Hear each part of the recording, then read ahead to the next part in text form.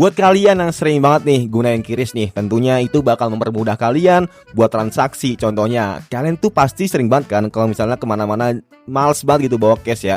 Seakan-akan tuh dompet kalian tuh maunya kosong aja, atau enggak cuma isinya 100.000, 50.000. Ya udah, sisanya ya udah bang QRIS bang, mbak QRIS kak, ada QRIS nggak kak? Kak, ada QRIS-nya kak. Nah, ini sering banget sih pasti. Kalau misalnya lu lagi ke mall, atau nggak mungkin lu lagi belanja ke warung Madura, jajan segala macam, pasti lu kadang sebel juga kan kalau misalnya lu nggak ketemu sama QRIS ya. Nah, tentunya kadang juga lu udah makan, lu udah nikmatin, lu udah beli, tapi lu lupa untuk tanyain ini ada QRIS atau enggak. Sedangkan lu bawa duitnya nggak cukup ya cuy. Nah, itu kira-kira gimana? Dan gue mau ngasih tahu, akibat keseringan kita pakai QRIS itu sangat berbahaya banget kalau misalnya teman-teman ketahui. Hello guys, welcome in Bang Ari Jenongnya. Di kali ini aku mau sharing kalian kalau misalnya apa sih akibat kalau misalnya kita itu sering banget menggunakan QRIS. Oke, kita emang harus benar-benar bisa beradaptasi dengan teknologi. Contohnya apa? Kayak QRIS, alat untuk transaksi modern, atau ya teknologinya udah canggih lah sekarang. Tinggal nge-tap doang, tinggal nge-scan doang, udah kita udah selesai pembayarannya dan nggak kerasa gitu. Dan kita bingung kok bisa secepat itu ya buat transaksinya. Nah, di sini gue mau ngasih tahu bahayanya aja, karena biar apa? Karena biar kita sama-sama tahu kalau misalnya ya di sisi lain ada manfaatnya, pastinya juga ada kekurangannya. Dan nggak mungkin nggak ada kekurangannya atau bahayanya juga. Untuk yang pertama, ini sangat boros banget kalau misalnya teman-teman nggak bisa ngontrol keuangan. Nah, tanpa lu sadarin, ketika lu menggunakan QRIS atau menggunakan cash saat pembayaran, itu lebih berat untuk menggunakan cash ketika lu bayar sesuatu. Contohnya, ya mungkin lu lebih dopamin lu ya ngelihat kalau misalnya ini tuh bentuk barang, wah anjir gue gocap coy, tiba-tiba hilang. Nah, dibandingkan kalau misalnya lu QRIS, gak kerasa gitu, tiba-tiba lu nyeken.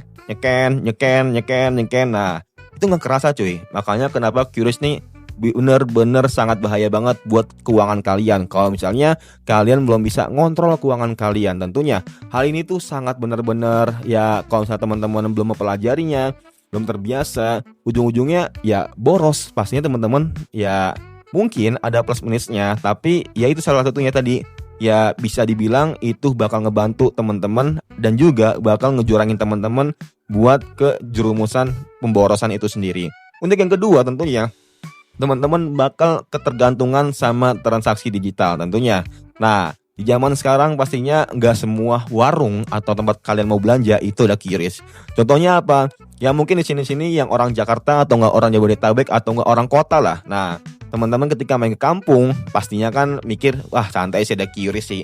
Ah santai sih, gue mah nggak perlu bawa cash. Tapi waktu lu nyampe, nah saking lu bener-bener ketergantungan banget di kota lu sama QRIS, ujung-ujungnya nggak ada QRIS, jaringan susah, banyak yang pakai cash segala macam, ujung-ujungnya ya udah lu susah buat jajan, susah buat makan, sakit yang ada. Nah, ini adalah pikiran terburuk atau statement yang terburuk. Mungkin kalau misalnya kita ngebahas plusnya itu banyak banget, tapi di sini gue mau bahas minusnya aja. Dan yang ketiga tentunya risiko keamanan dan penipuan. Tentunya nggak banyak juga kita lihat di TikTok yang mereka tuh bahkan ketika dia live streaming dia itu hampir kena kayak scam. Nah, tentunya bukan hampir lagi, bahkan ada yang kena scam. Kayak misalnya pembelinya itu minta barcode dan hasilnya mungkin karena penjualnya atau orang yang lagi hostnya ini dia keteldoran atau nggak apa, ya dia salah ngasih barcode-nya, ujung-ujungnya duit yang ada di penjual itu atau di host live itu ditarik semua sama penipu itu sendiri.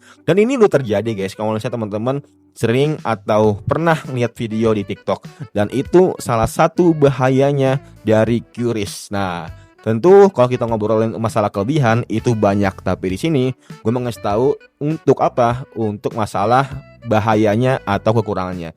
Dan yang terakhir, menurut gue nih terakhir banget, lu nggak bakal kerasa yang namanya biaya admin. Dari mulai 2.500 atau enggak cuma 2.000.